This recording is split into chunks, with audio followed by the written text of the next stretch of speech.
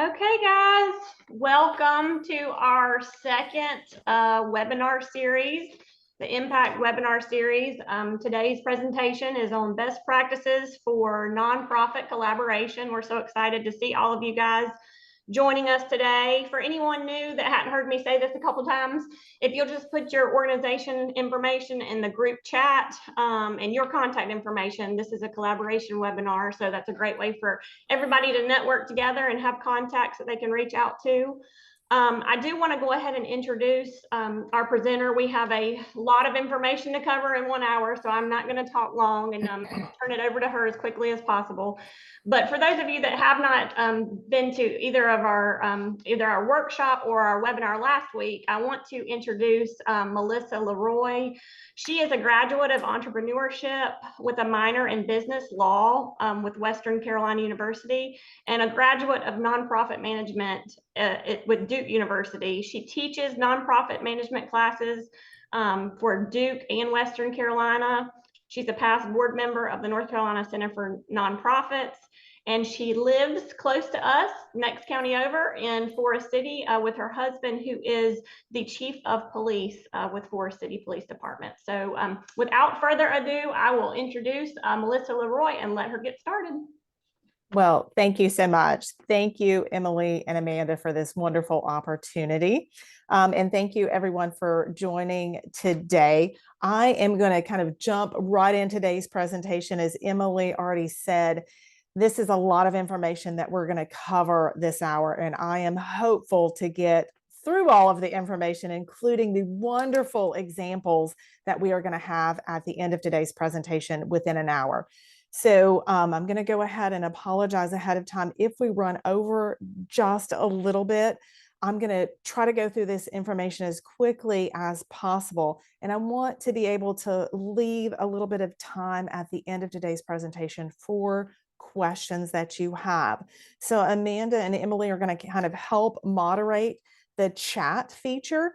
So if you have those burning questions that you don't want to forget to ask at the end, please feel free to go ahead and put those in the chat as we go throughout today's presentation. So that way, when we get to the end, we'll take those questions first that are in the chat, and then we'll kind of open it up, unmute everybody for those of you who are comfortable just asking those questions. And I will stay on after the end of the webinar until those last final questions are answered for you. So you can see here our agenda for our time together. So a lot of nonprofit organizations, collaboration is exactly what they're looking for, and the organization needs to kind of push it to that next level. However, the most commonly asked question about collaboration in the nonprofit sector is, how do we team up effectively? For a lot of nonprofit organizations, this is really foreign to them. This is the latest buzzword, as we all know, in the nonprofit sector right now, is collaboration, cooperation.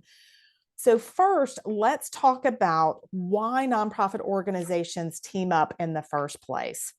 So there's a lot of different reasons, but primarily there are two main reasons for nonprofits to do this: to think about entering into a collaboration with another nonprofit organization, a for-profit organization, and or a government entity. So I'm going to talk a little bit about all of those collaborations at the end when we go through 8 different models of collaboration, and I'll give you an example of each model and nonprofit organizations that have done this very successfully. So every year in this country, we have an organization that allows nonprofit organizations to submit proposals to win a prize on collaboration. It's the Prize Collaborative. So I'm going to talk about their latest awards, and those will be the examples and the models so that they have used in years previous. So the first reason why nonprofit organizations collaborate is it helps your nonprofit organization run more efficiently and effectively, okay? And it also helps your organization do more for the community you serve. So for those of you in your mission of your nonprofit organization, you are there, right, to improve the quality of life for the citizens and or constituents in which you serve. So a collaboration is going to help you serve even more in your community. So collaborating effectively is sometimes a little bit of a winding road. It's not a straight shot, everybody. So even though I'm going to give you some wonderful, I hope, tips and pointers and even a checklist today and some great examples of nonprofit organizations that have done this very effectively, there's going to be some twists and turns, some sharp curves, and sometimes maybe even a U-turn. Well, let's go back and try that again, okay? Not every path for every organization looks the same. So even though many of you have heard me say time and time again, the statistics for nonprofit organizations, 1.6 million nonprofit organizations in this country, 1.3 million are 501c3 nonprofit organizations. We all do business differently. And every collaboration, even when I give you the models, you are going to have to probably do this differently as well. So kind of tweak the process a little bit. So what we call in the for-profit sector, there's 3C models. So many of you know that I started my career in the late 80s, early 90s in corporate America and transitioned into the nonprofit sector in 1999, where I've been ever since. So this 3C model we use in small business and then large corporations as well. So cooperation, coordination, and collaboration. They also are used in the for-profit sector and kind of demonstrates the collaboration. So let's take a look at all three of these models and see kind of how that operates within the nonprofit sector. So in a cooperative relationship, we see like-minded individuals and or organizations come together to share tangible things like office space or software, or intangible things like ideas or information. And sometimes you see them sharing both. So some even in this type of collaboration, which is known as cooperation, share employees. So for example, your nonprofit organization may not be able to hire a full-time development director, or maybe a marketing firm or marketing consultant, somebody to help you with all of the new age marketing that we're seeing, kind of that social media. But if you team up, right, with another similar organization, you can bring on a joint hire to kind of fill that common need. A good example of a cooperative relationship is the Big Bang Philanthropy. So they're a collective of major donors who share knowledge and expertise within the community. So their goal of the Big Bang Philanthropy is to connect big donors to nonprofit organizations that are looking to alleviate poverty. So by doing this, they feel that they're making the most impact, right? So these cooperative efforts, they're able to bring all these donors together and donate at least $1 million towards this single cause in the nonprofit sector of alleviating poverty. And I also want to point out a nonprofit organization more locally here, actually in Rutherford County, where I'm located in Forest City. Many of you have heard of the Community Foundation of Western North Carolina. It serves the 18 counties here in Western North Carolina. And so Habitat for Humanity here of Rutherford County and the Housing Coalition or Housing Authority here were the first to be awarded a collaboration grant by the Community Foundation of Western North Carolina. And the two organizations, not only did they share space, but the grant that they wrote and were awarded was actually for a full-time development director. So they shared a full-time development director. So the development director actually split their time between the two organizations. And I'll talk a little bit more about cooperation when we get to the different models of collaboration near the end of today's presentation. So that's the first C we look at. The second C is coordination. So in this type of relationship, organizations really focus on combining forces around specific programs, community efforts, or even global initiatives.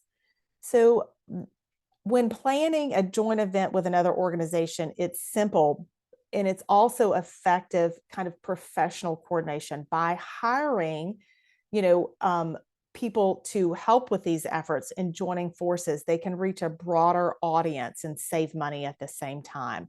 So this is very attractive to a lot of nonprofit organizations. So coordination requires more of a commitment of time for nonprofit leaders and resources from those nonprofits as well. Usually, though, it results in greater rewards also. So a great example of this would be Interaction. So this is a collective of nonprofit organizations focused on global disaster relief. So it's a great example of an extremely effective coordinated relationship. So they have over 180 nonprofit organizations who take part and benefit greatly for many reasons. But most notably, right, Interaction provides professional representation and advocacy to the US Congress and other governing bodies as well. So this helps then the nonprofit organizations, 180 plus nonprofit organizations, have a much higher chance of actually influencing the policy, right, than all 180 going up there separately. So because they've joined this coordinative effort, then they can not only influence policy, but they can also get very important government funding. And so there's one nonprofit organization that would then disperse all of that government funding to all of these nonprofit organizations that are part of this coordinative effort on a national level. Another example, bringing it back home here to North Carolina, would be Love Chatham. So Chatham County is located here in North Carolina, down near the East Coast. And we had a collaboration of local churches, all denominations in that county. So what they were finding was they were dealing with a homeless situation in which all of the churches were giving a certain amount of money. And then they were like, well, we're kind of duplicating this. So why don't we come together as a coalition, as a coordinated effort to see if we can't do something about homelessness on a much larger, grander scale. And they have really gotten national attention from this. And also they are now a case study for United Way, because United Way of Chatham County is actually partnering with them to help on this very, very important issue that just about every county, right, as you can imagine, in the country is faced with this right now. So another great example, just kind of bringing it back home to North Carolina. And then also another one for North Carolina would also be the North Carolina Center for Nonprofit Organizations. So they help with advocacy as a whole, right, for our state capital. And they also then have a coordinated effort for employees of nonprofit organizations to get deeply discounted health benefits as well. So by pooling all of those resources and looking at the nonprofit sector as a whole in North Carolina, they're able to provide that kind of like a group policy, so to speak, with Blue Cross Blue Shield and other insurance companies located here in North Carolina. So the third C would be collaboration, of course. So this is probably one of the most transformational relationships of the three of these. So nonprofit organizations who jump in, right, and decide to enter this type of relationship with another organization or more, one or more organizations, can take on a new structure and a shared mission. So it's a partnership where goals are specifically planned and measured. I mean, so this is basically a business plan in itself.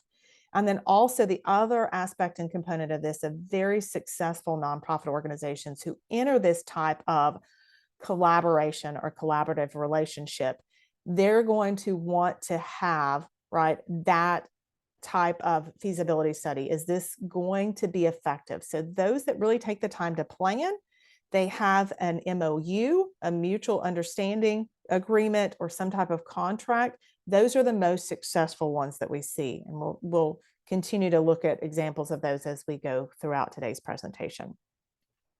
So a really good example of this is the collaboration between Chicago Youth Centers and Family Focus. So both programs within these organizations focused on providing services for children from birth to age 3. So through this merger, they not only cut their cost by sharing their resources, but they were able to provide better services to their community. So better programs, right? So they pooled their resources, and then both organizations were able through that to provide better care for the children in their community. And then efficient outreach. So they also were able to measure it through efficient outreach. So Family Focus was able to refer new clients actually to the Chicago Youth Centers and vice versa. And they also then were able to expand their programming. So both organizations were able to offer more programming without increasing their budget by combining and collaborating. So another great example of a very successful collaborative relationship is the industry employment initiative. So this is a group of nonprofit organizations, and they are based in Australia, and their main focus is to alleviate unemployment in Australia. So under the guidance and the expertise of Social Ventures of Australia, members of this group, they are now finding increased effectiveness of their own programs, but they're also able now to work outside boundaries of their own programs where the help is needed. So one of the goals of a collaborative partnership is really to be able to create greater societal change that otherwise would not be possible just from your nonprofit organization alone, okay? So as you can see, each of the 3 C's, each type of collaborative relationship has its benefits. And so which one, some of you may be asking, okay, yeah, I can see benefits of all of them, but which one is best for our nonprofit organization? So really how to know which one is best for your nonprofit organization or right for your nonprofit organization. If your nonprofit organization is at the point now, and maybe this is the reason why you're attending today's webinar, you're ready to move forward, but you're kind of like, well, that's why I'm here. So tell me what the first step is, Melissa. So the first step is we want to make sure that you can answer the following questions. So really answer these clarifying questions to the best of your ability. Number 1 is, why do we want to collaborate? So is it that you're hoping to join a similar nonprofit organization to have that greater impact of what I was just talking about on the community? Does your organization right now lack certain resources or materials that it's needing? So you may say, Melissa, we just don't have the resources. We don't have the funding. We just cannot work this into our budget. Also answering the question, could a partnership help internal operations of your nonprofit organization run more efficiently and effectively? So if resources is what you're looking for, could a shared development director help your organization? So you can have multiple reasons for collaborating, as you can see. So if all of those questions that I just asked you that you answered yes, right? But the first step is really nailing down the answers to those questions. This is going to help you in knowing how to move forward with a collaborative relationship. So the second question would be, how can we achieve our goals through collaboration? So it's really very likely for all of the nonprofit organizations that have joined so far, and I was trying to keep up right before I started the presentation to see kind of who we had and from what calls within the nonprofit sector we had. And I'm sure that many of you would agree that your organization could benefit from multiple forms of collaboration, as I went through those 3 C's. However, if you're not careful, though, collaboration can become an end in itself. And so one of the largest mistakes that I find in collaboration when nonprofit organizations come to me and say, just, Melissa, I understand it's a buzzword, just stop right there. We tried this and it didn't work. Number 1 reason why collaborations fail is you've not done your homework and research ahead of time. So we need to make sure that we're answering these questions, these clarifying questions, and we need to have a plan going forward, okay? And we'll talk a little bit more about that and what that looks like. So kind of following the checklist that I'm going to be providing for you, okay? So some people say, without this, it is a real headache, and I would definitely agree with them. So first and foremost, if you leave here with nothing else today, I want you to leave here with this, is to get the most out of any collaborative relationship, whatever model. When we get to the models at the end of today's presentation, whatever model you think fits your nonprofit organization the best, make sure to set out clear goals and expectations of every single one first. And then make sure to have that contract or that MOU with that other nonprofit organization and or nonprofit organizations, plural, okay? But first and foremost, we need a plan, whether this is in your strategic plan whether you call it your business plan, whatever the case may be, we need to set out those clear goals. And then last but not least, number 3 here, what does my nonprofit organization bring to the table? What does your nonprofit organization do well? Start to think about that now. Answer that question. Other nonprofit organizations, they need to see the value in collaborating with you. This has to be a win-win for both nonprofit organizations and or organizations plural. So before you can enter into this healthy collaboration, you need to know your nonprofit organization's value and be prepared to deliver on it. When we talk about return on investment or ROI, make sure you know what your impact's going to be, your value that your nonprofit organization brings to the table. So this is also going to help you when working through clarifying those roles. So in other words, what organization takes charge, right? Which organization is going to lead this collaboration effort? So what nonprofit organization is going to be listed first if we go for private funding, public funding, national funding, state funding, federal funding, whatever that looks like for your nonprofit organization. So answering these clarifying questions is really going to help you get a leg up on this process, okay? So that's exactly, ideally, these collaborative relationships give members a leg up in their work through this shared energy of the collaboration, the resources, and even clarifying the goals of this collaborative effort.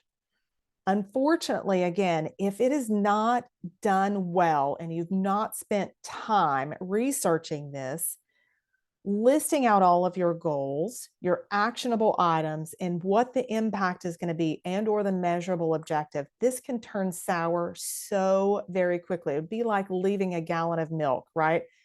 Outside in 90-degree weather all day. It's going to be sour in no time here in the South, okay?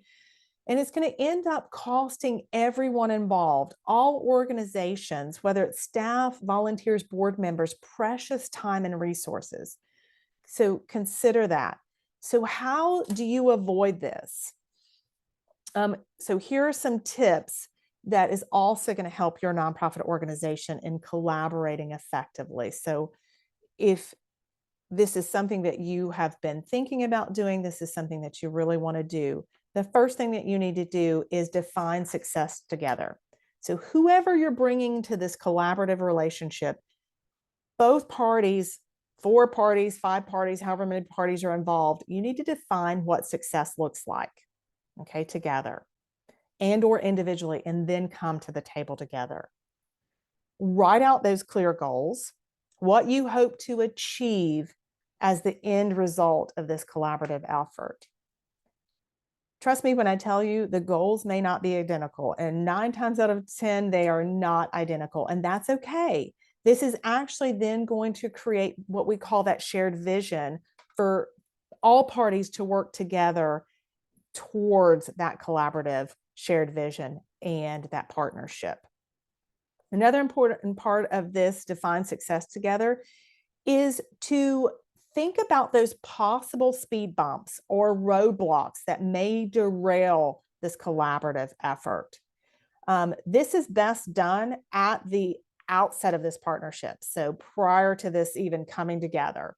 I would say though, and I would argue that is better late than never. However, if you put procedures in place now that identify some of these issues that you may have, it's going to avoid you getting off track, because now you're going to be proactive, right? Instead of reactive when all of a sudden we come to this detour, right? The roadblock situation.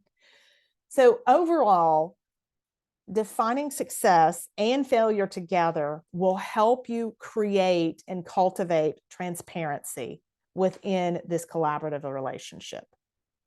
And then another important thing to do together is clarify roles. So as you are laying out the shared goals of this collaborative relationship, make sure everyone is clear about their specific roles within the relationship. So who's doing what, when, why, and how. Everybody's heard that before, right?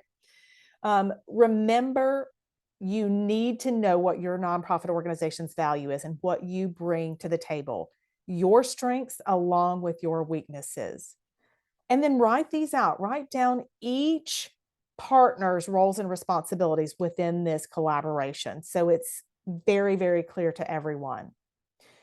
I recommend best practice here would be creating a formal document to keep things as professional as possible. If you think about this within your own internal operations of your nonprofit organization, this is an operating policy and procedures manual. So this may entail creating a brand new operational policy and procedure just for this collaboration, right? With then defining these roles and responsibilities. So this is also going to avoid those surprises down the road when somebody says, well, I didn't know that was my responsibility, right? So it's already assigned, excuse me, from the get-go. And then be candid.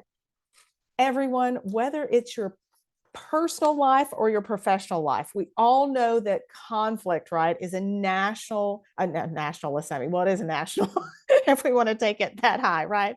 Conflict is national. I'm thinking about budget talks right now at the state and the federal level, right? So conflict is a natural occurrence in any setting. So whether it's professional or personal. So don't be surprised when you have to address some of those conflicts within this relationship. The most healthy way to get through this, as you know, in professional and personal relationships is open, honest communications. So when these situations arise, just call them out. Here we go. Let's just sit down at the table and let's work through this. This may be something that we overlooked when we were defining success together, and then when we were also looking at clarifying roles, right? But you want to make sure that you are prepared, right, to bring everybody to the table and work through this. Try to remain humble during this process and keep that shared vision of this collaboration in mind. I do believe that openness, honestness, and that shared vision can help you work through any conflict at all. And I think that sometimes, well, actually, most of the time, I will say, most of the time when these conflicts arise, by working through them in this manner, it actually helps to strengthen that collaborative relationship going forward. And then take risks. Look at Google, everybody. Google, for instance, they are the most innovative company out there right now. They are famous, right, for taking the biggest risks when it comes to experimenting with new ideas, methods, strategies, everything. And they're the first one to say, you know what, we're no longer offering that add-on to the app or whatever the case may be because it didn't work. It didn't work. So they are the masters at that winding road situation I was talking about earlier, right? It's not going to be a straight road. They've done multiple U-turns within their lifespan of being a very successful company. So we know that collaborative relationships can often provide your network and your nonprofit with more stability and a wider audience than ever before. So keep that in mind. Now may be the perfect time to try something new. And that's what Google is all about, is they are open to opportunities to try something new. So keep an open mind, right? When creating and working with new team members and creating this collaborative relationship and bringing more brainstorming people to the table.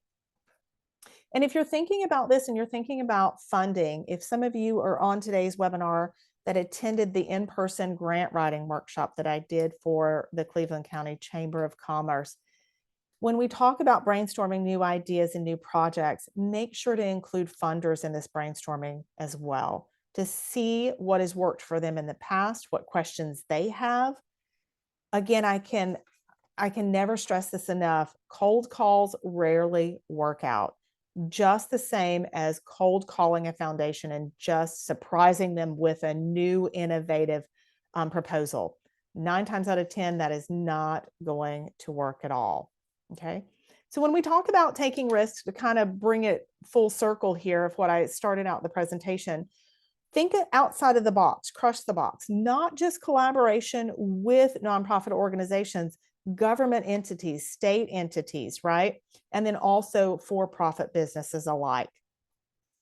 And if you've attended any of the fundraising workshops that I have given in the past, you've heard me say this time and time again, gratitude will sustain. That's kind of my business motto and everything that I do, even in my personal life as well. So say thank you a lot. Okay. Most likely, when you are in these collaborative relationships, those partners and other nonprofit leaders care about your goals and vision just as much as you do. They're just as passionate. There's a reason they're there. There's a reason why they are partnering with you. Make sure to say thank you for all their hard work. And even though the success, right, of this collaborative relationship is going to be shared, make sure to point out if there are partners that played a particularly significant role in a successful program, initiative, whatever collaborative effort this is for your organization. And everybody promote each other. Even if by the end of this webinar, you're like, Melissa, this is a lot of work.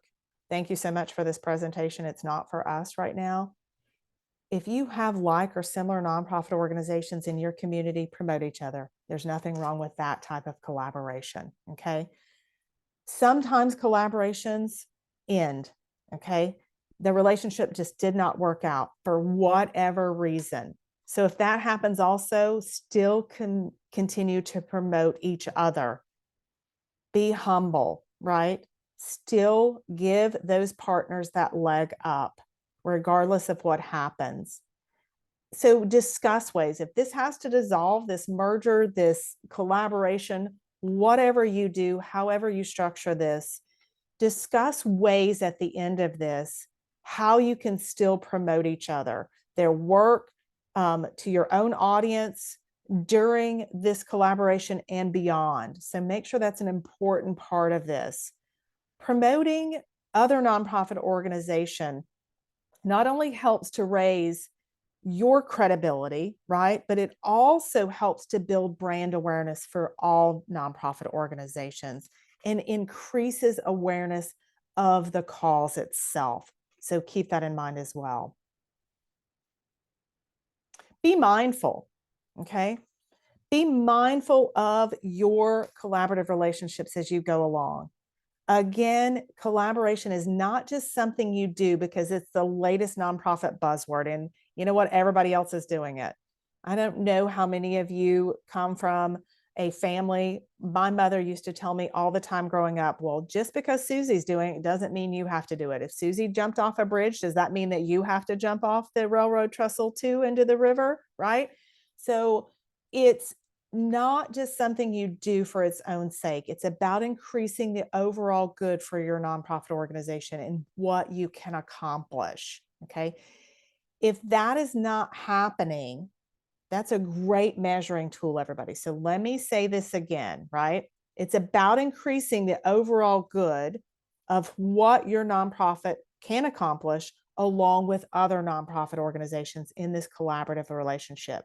So if that's not happening, that's a great measurement tool. Then it may be time to exit the partnership, okay? So again, collaboration is one of the buzzwords that can refer to a lot of different things. And we're about to see that in just a few moments when we get into the 8 models of the way that your nonprofit organization and the examples can collaborate with others. A permanent merger between 2 organizations is probably the most intense example that I'm going to give today. However, collaboration also includes simpler efforts, such as joint programming. This could be short-term and or long-term, joint program for your nonprofit organization and or the other nonprofit organizations that you bring into this collaboration.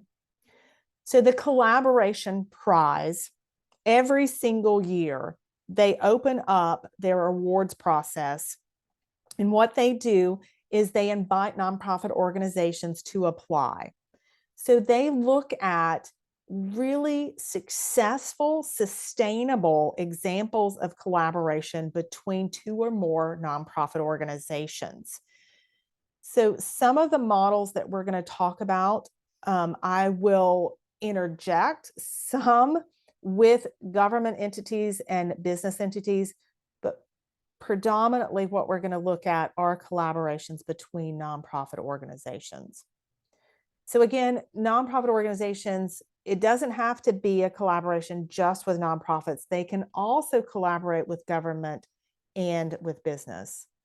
But that's not going to be the primary focus on these examples of these 8 models. Also, nonprofits routinely cross paths with other organizations, such as contracting arrangements, okay, referrals and sponsorships. But again, these type of relationships we're not going to focus on. I'm just going to kindly briefly give you some examples right now of what that could be. So contracting arrangements, we can enter into a collaboration, maybe say with a CPA firm, to maybe have an outsourcing of a CFO for a nonprofit organization. If we're not able to afford a full-time CFO for a nonprofit organization, then we can contract that out. It may also look like for your nonprofit organization that we enter into an engagement letter with an outside attorney to offer some of those contracting arrangements if we're not able to afford a full-time attorney on staff for reviewing contracts, whatever the case may look like for your nonprofit organization. Referrals as well. You may have, if you are a nonprofit organization and you deal with the underserved population in healthcare, you may have referrals from DSS in your community. That's a great example. And then business sponsorships as well to help your organization. So a business is giving your organization money to help you build brand awareness, but also that company is also looking for a return on investment or ROI in marketing and advertising. So you are probably a very credible nonprofit organization. You have proved your value, and they want to partner with you in this collaboration for general operating support and or specific programs, project services, and or activities. Okay. So the nonprofit organizations that we're about to look at, despite their desires to serve the communities, nonprofit organizations really do have some great reasons to collaborate and not to collaborate as well. So one of the examples that I can give you of organizations that this may not be a good fit of collaboration would be nonprofit organizations that are like families. So if you think about your family, right, you have your own members of your family. Maybe those are the members that, here in the South, we typically have every single year a family reunion. They're kind of the head members of the family. They kind of coordinate that. Everybody gets together. The family has its own structure, its own history, and its own culture. So this nonprofit organization has probably been in business for quite some time. And the decision to collaborate, raises hard questions about between these two nonprofit organizations, who leads, right? Because of the structure and because they're like families, both nonprofit organizations are very strong, and they cannot decide who's going to lead this collaboration or joint effort. Who gets the credit, right? Very strong, again, structure. Both nonprofit organizations want to get the credit. And whether the organization will still feel like a family if they decide to do this and the collaboration goes south. Nonetheless, the benefits from collaborating with another nonprofit organization can be huge. Sometimes, though, the demands for change can be equally as huge as well for the nonprofit organizations. So some nonprofit organizations jump into collaborations with both feet. So hopefully, so far in today's presentation, what I have instilled in all of you nonprofit leaders who are on today's webinar and presentation is, instead of jumping into it so suddenly with both feet, really take time to plan out this merger and or collaboration, whatever terminology you're going to use within your nonprofit organization. So we have 20 minutes left, everyone, in the webinar. So now let's take a look at all 8 models. So I'm going to talk about the model, and then I'm going to give an example. And a lot of these examples come from all across the United States, okay? And then hopefully I'm going to try to go through this as fast as I can. And then and then we'll hopefully have enough time at the end for questions before some of you have to jump off today's presentation. I do know that this is being recorded, so some of those questions will keep the recording going until the bitter end for those of you who may have to reference back to this after the fact. All right, so let's talk about Model 1 here. So this is the most common type of collaboration among the Collaboration Prize quarterfinalists, was this fully integrated merger that they saw. So as the name indicates, right, this style of collaboration occurs when two or more organizations combine their operations and missions into a single organization, a single nonprofit organization. So this type of collaboration and or merger is usually achieved when one organization merges with another, thereby preserving their corporate status and charitable exemption of one of the partners. However, sometimes both partners can choose to dissolve both organizations and incorporate as a totally new, brand new merged nonprofit organization. So as I give examples, the second slide from the prize collaboration, you see they took the time to actually list conditions, challenges, and benefits of all of the models. So that's what you're going to have on the screen here as well. So an example of a fully integrated merger would be Marywood Palm Valley School. So they're located in California. So for many years in Rancho Mirage, California, they supported two private schools geared towards the same vision of preparing students for college. So that was Palm Valley School and Marywood Country Day School. So, however, both fell below capacity in doing this. So neither one of them were reaching that mission, okay? Amid a perception that only one local public school could offer a more complete social experience for the children in Rancho Mirage, California. So although both schools had, what I was talking about earlier, unique cultures and histories, the boards of both nonprofit organizations realized that they could offer more programs and double their size through a merger. So what they did was, in order to retain certification and the tax exempt status of being a 501c3 charter school, they and also their worker compensation funds, Marywood Country Day School was absorbed by Palm Valley School, creating then the Marywood Palm Valley. Okay, so it was a merger of equals here. The two headmasters of both schools became head and associate head of the new school. The two board chairs became chair and vice chair of this new school. The greatest challenge that they faced, interestingly enough, when they were interviewed and awarded this award by the Prize Coalition, was convincing the parents. So the parents had very emotional investments, as you can imagine, in their chosen schools. So they worked very, very hard and kind of soothed those emotions of the parents and carried the school through many small bumps along the way. And the way that they were able to do this was through that planning process.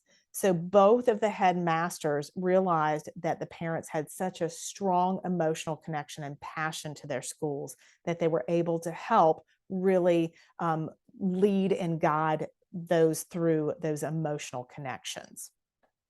So the second model that they saw was kind of the alternative to that full merger, is a combination of organizations that does not result in a total loss of the brand for the two collaborators. So this is a partially integrated merger. So two or more nonprofit organizations are formally merged into a partially integrated case, but the individual characteristics of these organizations are maintained in some way. So rather than being a merger that doesn't quite take, this style of merger model is chosen to pursue strategic advances in each of these partners, while some individuality is still maintained for both. So an example here would be the Public Health Management Corporation and La Comunidad Hispana. So for 30 years, La Comunidad Hispana served the health and education and the social services of low-income Hispanics in Chester County, Pennsylvania. However, like a lot of nonprofit organizations, it operated on a very tight budget that did not meet its aspirations, right? So they had really lofty dreams and aspirations, but not the budget to fit those, right? So they could not expand. They were consistently met with funding challenges, capacity challenges, and management challenges. So as Philadelphia's Public Health Management Corporation grew, it sought, right, to be part of Chester County, Pennsylvania, where La Comunidad Hispana already had a stake, right, in serving the Hispanic population there. So they struck an agreement between the two organizations, and La Comunidad Hispana became an affiliate of the Public Health Management Corporation. So it's basically a subsidiary where Public Health Management Corporation is the sole member of La Comunidad Hispana. So La Comunidad Hispana in this partakes of physical services, human resources, information services, program development, marketing, communication, fundraising, all provided by Public Health Management Corporation. However, La Comunidad maintains its corporate identity and now serves, right, the Hispanic population of Chester County, Pennsylvania, with a much stronger base of support. So they're able then to double and sometimes triple their program services.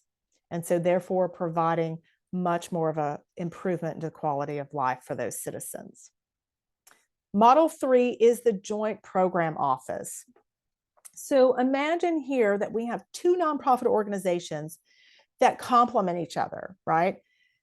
However, separately, they maintain their own various program offices. So a merger may not quite fit their needs, but an overlap in some programs or services might provide the opportunity for collaboration for these nonprofit organizations.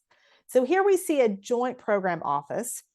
It requires no new programs or organizational structures. Rather, these two nonprofit organizations have come together to combine one or more programs for the purpose of strengthening both of the efforts of both nonprofit organizations.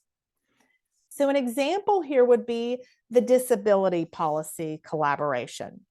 The ARC of the United States, they serve persons with intellectual disabilities and their families. Also, the United Cerebral Palsy oversees a national affiliate network that provides direct services to children and adults with disabilities. Although the constituent databases and or bases are different for both nonprofit organizations, both have a vested interest in advancing policies that support the interest of people with disabilities, as you can see. So like many advocacy organizations located in Washington, D.C., both maintained government affairs programs, including efforts to cultivate relationships with legislators or members of Congress and federal agencies. And then also what they did was help to mobilize grassroots networks that can be called upon for citizen action, right? So we need you to pick up the phone and call your legislators or whatever that may look like. So the ARC and the United Cerebral Palsy recognized the potential for combining for a more powerful voice for people with disabilities, and that was their vision. So when they came to the table and started this process of what are their goals and objectives, that was their main vision, was combining for a more powerful voice for people with disabilities. So they did this through a joint government affairs office. So one office serves the needs of both organizations. 6 staff members are formally employed by the ARC and 2 are employed by the United Cerebral Palsy. So regardless of how many employees are in the joint office from each organization, they work together, they report together to the directors of the 2 nonprofit organizations. And through this very innovative arrangement, the advocacy efforts of both of the nonprofit organizations are greatly enhanced. All right, so model 4, let's talk about joint partnership with that affiliated programming for the organizations. So the development of shared projects by multiple nonprofit organizations is probably the most common type of joint partnership. And so the example that I gave earlier of Love Chatham and Chatham County here in North Carolina, right? All of the churches coming together for that joint partnership. So in this case, 2 or more organizations join their operations for programming and or the delivery of services. So several cases resulted in a coordination of services so that a continuum of care was clear to both organizations involved and their clients. So in other cases, we see a program or service is greatly enhanced by combining efforts of the 2 nonprofit organizations with those complementary strengths of the organizations. So let's take a look at the example here. So the example of the joint partnership. So this would be crayons to calculators. And what I love about this example, everybody, is this was a funder. A funder created this. So this stems out of Boulder, Colorado. And so many students in Boulder, Colorado, low-income families, right? They don't have enough school supplies that they need each year when the school season starts back after Labor Day in the fall. So every single year, they had brand new nonprofit organizations springing up, and it was just so fragmented, right? So they had impact on education. They had extras for education. They had the Sister Caramon Community Center, the Foothills. And so the Foothills United Way was getting inundated by all of these requests for funding for all of these nonprofit organizations. And they were doing the exact same thing. They were providing school supplies. So the United Way, the Foothills United Way, said there has to be a better way here. There absolutely has to be a better way. So they sent all of these back and said, you know what, guys, here we go. They then funded and founded a joint program called Crayons to Calculators. And by developing this one program that served all the students' needs of supplies without gaps and or without the duplication of effort. So now Boulder's County Social Services and area school districts have one organization to go to when they identify students in need in Boulder, Colorado. So one partner serves as the agent, right, for the financial agent for this Crayons to Calculators. And then each partner designates an employee who serves on an oversight committee for this brand new organization. So as you can imagine, by then the collaboration of fundraising and service delivery, they're able to serve all of the needs of the students in need in Boulder, Colorado for those school supplies. So let's take a look at Model 5. So this is a joint partnership for advocacy. So typically, community organizations occasionally share the need to speak with one voice, right? So when it comes to any type of collective message, one voice is more powerful, right? With all of the people supporting this voice than everybody being fragmented all across. So a joint partnership model is well suited for such an occasion. It can be short-term in nature, or it could be a new permanent organization, as we just saw in the other model. So really with this type of model, thinking through exactly that business model for this collaboration. So an example of this would be then, this is the San Diego Regional Policy and Innovation Center. So this is a new partnership between the County of San Diego, California, and also the San Diego Foundation and the Brookings Institution. So we've got 3 coming together here. The Brookings Institution is kind of a leading nonprofit think tank. So they were founded in 2021. It has its own nonprofit organization and is really designed to develop and test and implement world-class resources. So what they did here was they actually came together to attract greater capital to the region of San Diego. And so they are now producing what they call the 5-year pact. So this is calling for the use of using research and policy analysis, right, to chart a way forward on major issues facing San Diego and grab a larger slice of the federal money or pie to fund solutions. So what they are really seeking to do here is to develop a way that we build back our economy that benefits all, not just some of us. So bringing everybody to the table, every demographic, and every culture that is located in San Diego, California. So a great example there. So model 6, and I know we've got 5 minutes left, everybody. So if you can just bear with me, we've got 2 more models and then we'll open it up to questions here. So this model 6 is a joint partnership with the birth of a new organization. So examples of this fall within a very wide range. So one of the more well-known examples is a model where 2 or more nonprofit organizations determine that their joint programming is best implemented by forming a separate independent organization. So this creation of this new organization reflects the maturity of a purpose and a desire for kind of that entrepreneurial parent organization to push out this new effort, just push it out of the nest and provide the freedom that is sometimes necessary for new social enterprises to flourish.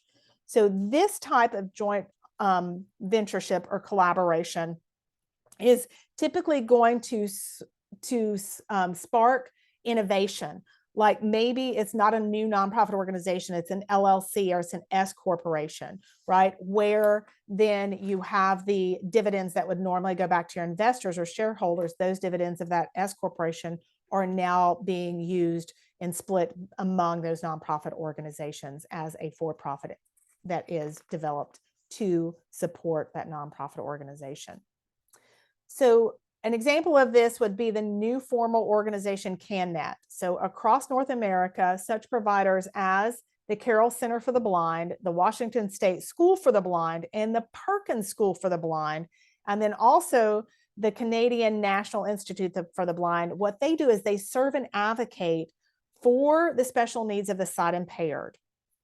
And so the new media drive was these organizations were seeking ways to connect, right, their demographic of blind to the new world of information, meaning the internet. So the internet provides challenges, as you can imagine, for their demographic, the blind population. So in order to come together, they actually created a new separate organization with the mission of leading the development of consistent user interface designed according to universal design concepts that cater to the special needs of the blind. So you had 5 nonprofit organizations here come together to create this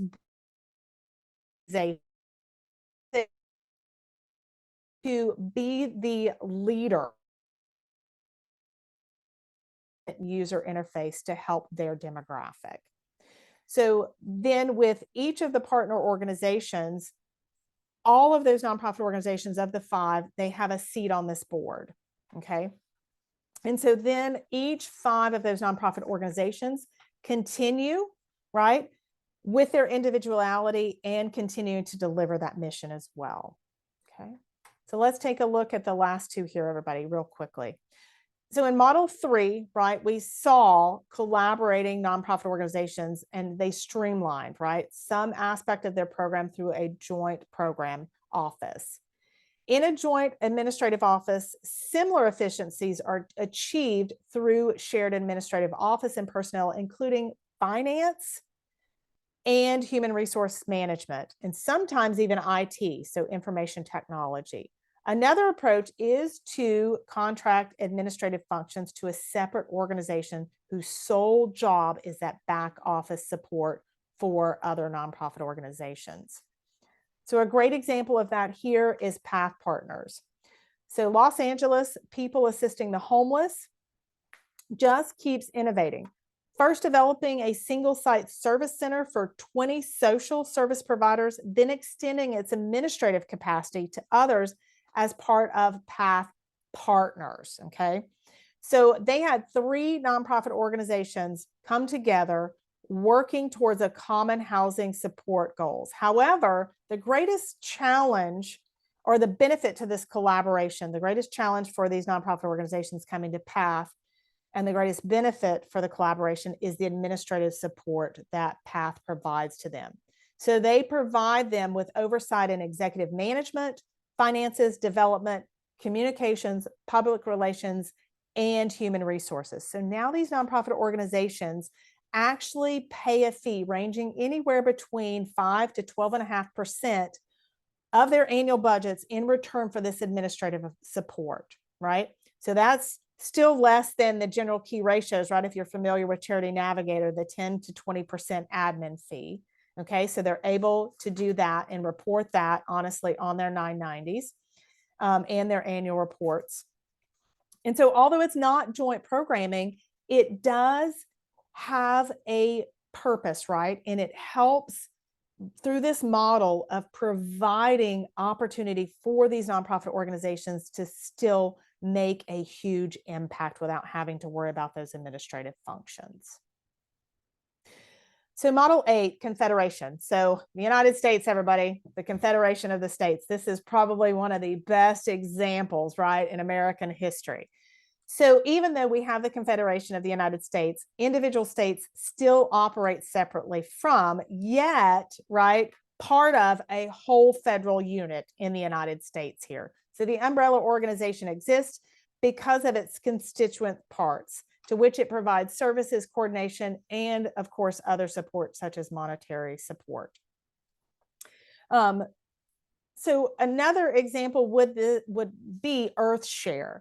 So in the early years of the environmental movement, states and regions established federations to support, right, the visibility and the fundraising efforts of environmental causes all across the globe and this country particularly.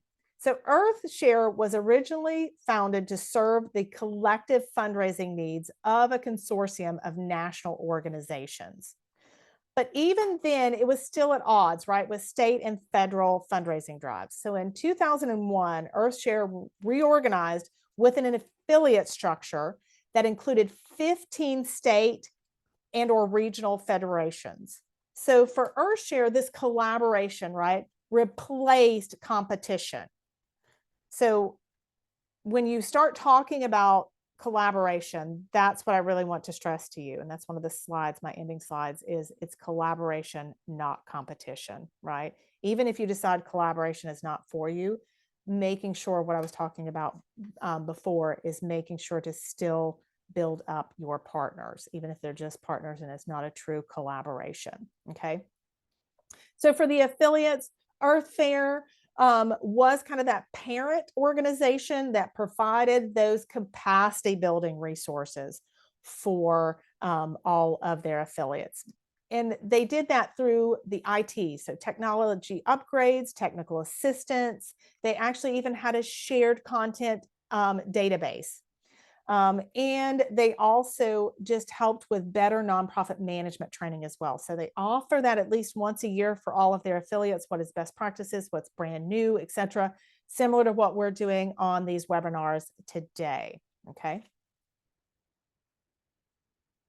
So for those of you who are like, Melissa, I know you said, you know, we need an agreement, we need a contract, we need an MOU. What does that look like? Here on your screen at the top, you can see the shortened URL link. If you want to jot that down real quick, these slides will be available after the presentation if you've not already received them. This is a sample for you. I will put the disclaimer, everybody, in the introduction that Emily gave to you. I do have a minor in business law. Everybody, I'm not an attorney. I cannot practice law without sitting for the bar. So my best advice to you is before you enter into an agreement, consult an attorney who is licensed in North Carolina to help you with this process. Okay, so this is just an example and or sample for you.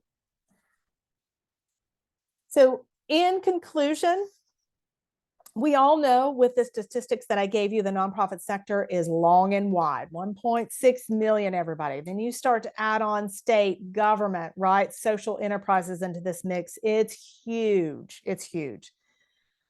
So the nonprofit sector is very, very important, right? We all are out there to change the world in some shape, form, fashion, whatever it looks like for your organization.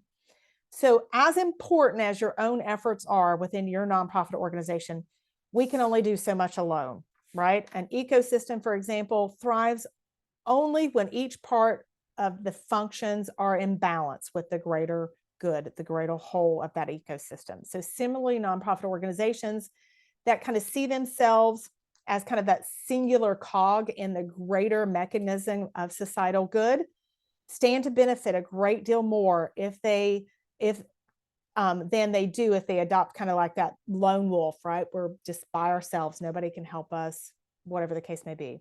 So collaboration, collaborative relationships can truly be life-changing for nonprofit organizations. With so many social, political, and environmental crises impacting the world today, joining forces, partnering, collaborating, whatever scale that you choose is best for your nonprofit organization and those you partner with is a smart way to take on those issues with greater impact. And that's what it's all about. And it is so true that collaboration can change the world. And again, if you leave with nothing else from today's webinar and presentation, remember collaboration, not competition. Okay. And for those of you also, if you have attended workshops with me before, webinars, if you've not had the opportunity, a shameless little plug here, for my TED Talk on fundraising and building relationships, just like you would with collaborations with other partners, whether that is government entities, funders, businesses, social enterprises, whatever the case may be. It's all about building those relationships and fundraising in some form or fashion. So I'm 5 minutes over. I do apologize, everybody.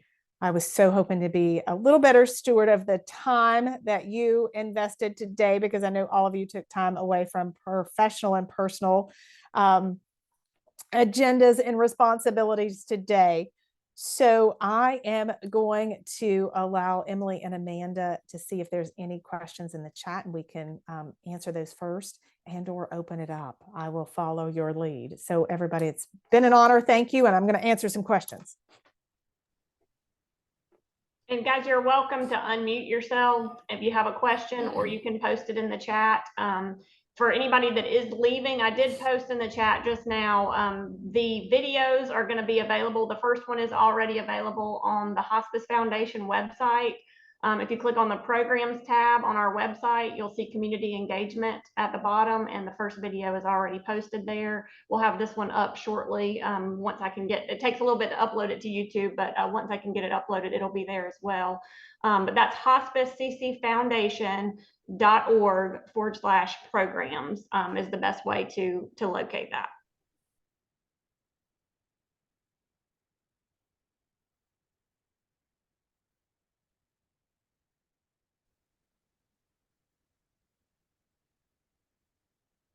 Don't be shy, everyone. I guarantee you, if you're thinking it, somebody else is.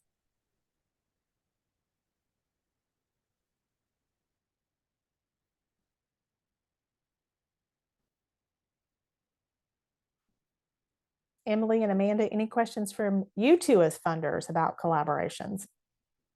The only thing I was going to add, since we've started the Impact series, we have had, I think, some light bulbs have kind of gone off as people are networking and realizing that there's some other organizations that might be doing a project similar to what they're doing. And the intent of this webinar is just to let you guys know there's a lot of different types of collaboration. I know some people have mentioned the shared position. You may need somebody to do the accounting for the foundation, and there's another larger organization or nonprofit organization that can do that for you.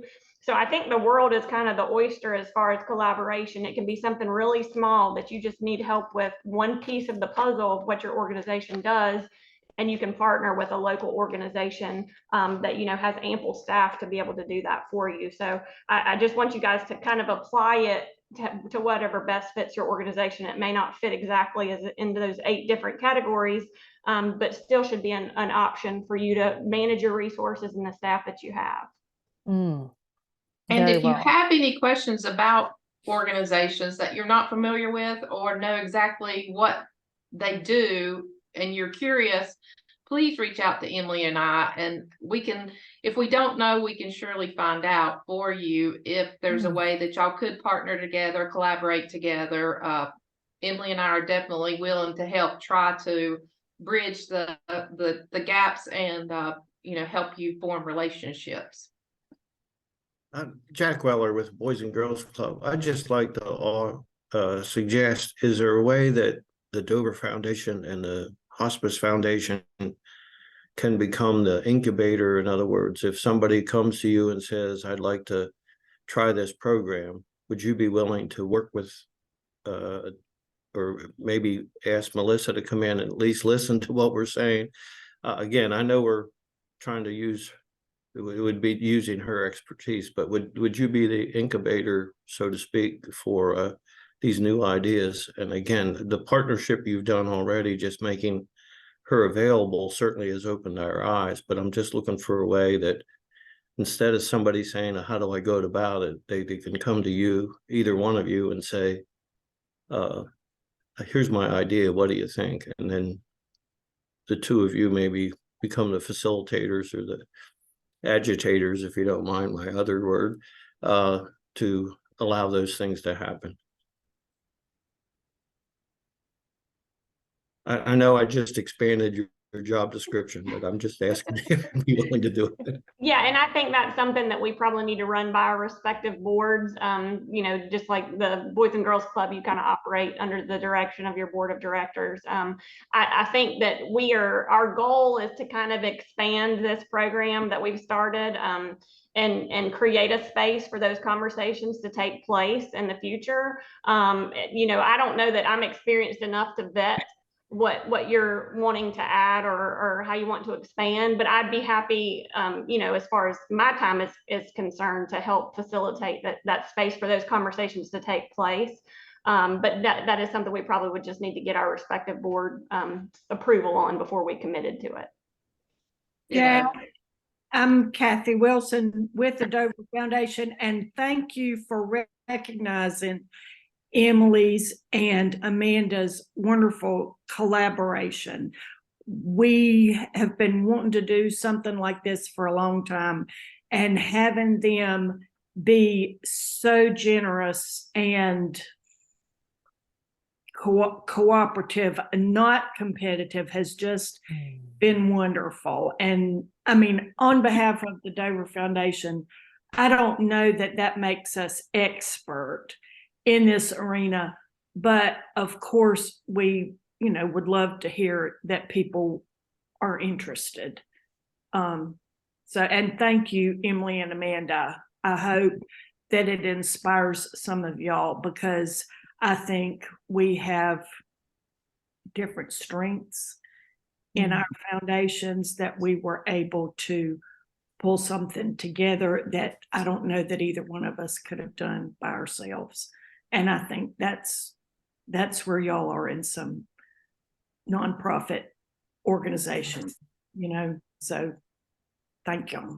Yeah, and I want to echo what you said, Kathy, because I think it's the kind of thing, until one of the larger funders, and that's the Hospice and Dover Foundation, say to people, don't come back to me every year with the same program. Look at the opportunities, explore the what are the needs, rather than we're going to do the same thing we did last year. That is the biggest challenge I think most nonprofits have, that you get caught in that.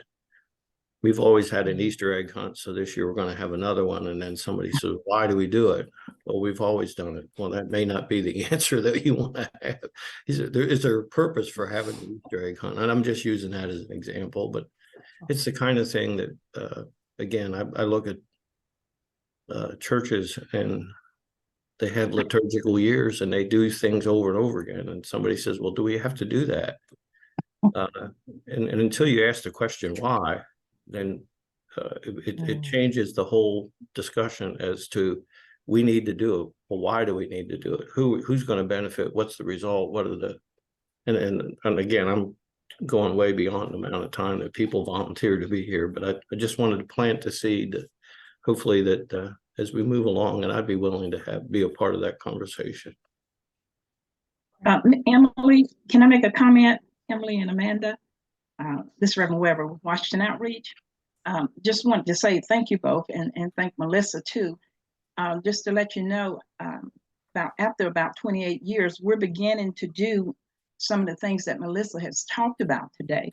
And we're beginning to build the relationship, the collaborative networking relationship.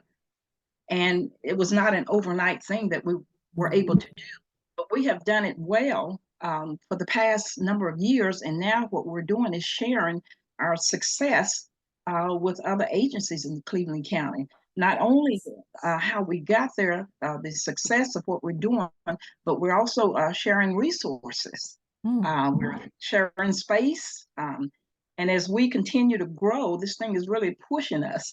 But we're not experts, but we have been at it for about 28 years, and we're willing to kind of help coach some people as we're doing now. And if you're interested, come to us and we can talk about it, because this is a model, what Melissa's given us. This is a model that does work, and it has been tested, it has been proven, and Washington Outreach, greatest ministry in Cleveland County. We're proud, and we thank y'all for your support. We couldn't do it without you. We're just grateful. Frances, thank you so much. I would love for you to reach out to me, because I'd love to include Washington Outreach in my presentations on collaboration if you're willing. Sure. Thank you. I'd like more information.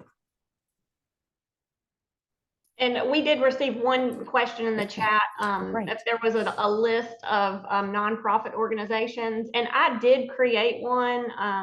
It's been a year ago, so I don't know that all of the information is as accurate as possible, but it is on the Hospice Cleveland County Foundation website under grants at the bottom of the page. It does not include all churches, because churches, we have 1,000 churches in Cleveland County, not literally, but they all have a nonprofit. So churches, I think the ones that have food ministries are listed, but it is available on our website. And then Healthy Together is an initiative in Cleveland County to reduce health disparities in our county, and they are working on an exhaustive list. And the health department also has a list of nonprofit organizations, and United Way might as well. Don't hold me to that, but just trying to think of the different places you can go to find a list of that.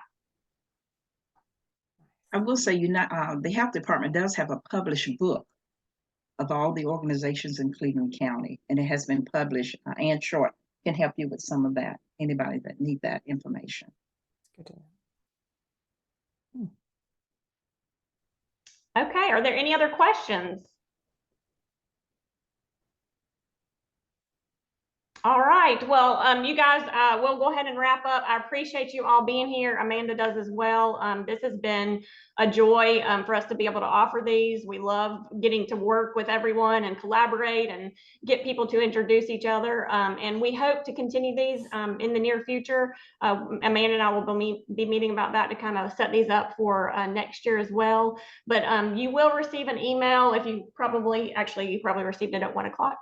That is a survey based on the webinar today, and then also has the link to the recording for the video, so you can go back and watch those. But again, if you need anything at all, reach out to Amanda or myself. We're happy to help in any way that we can, and we look forward to our next workshop or webinar series.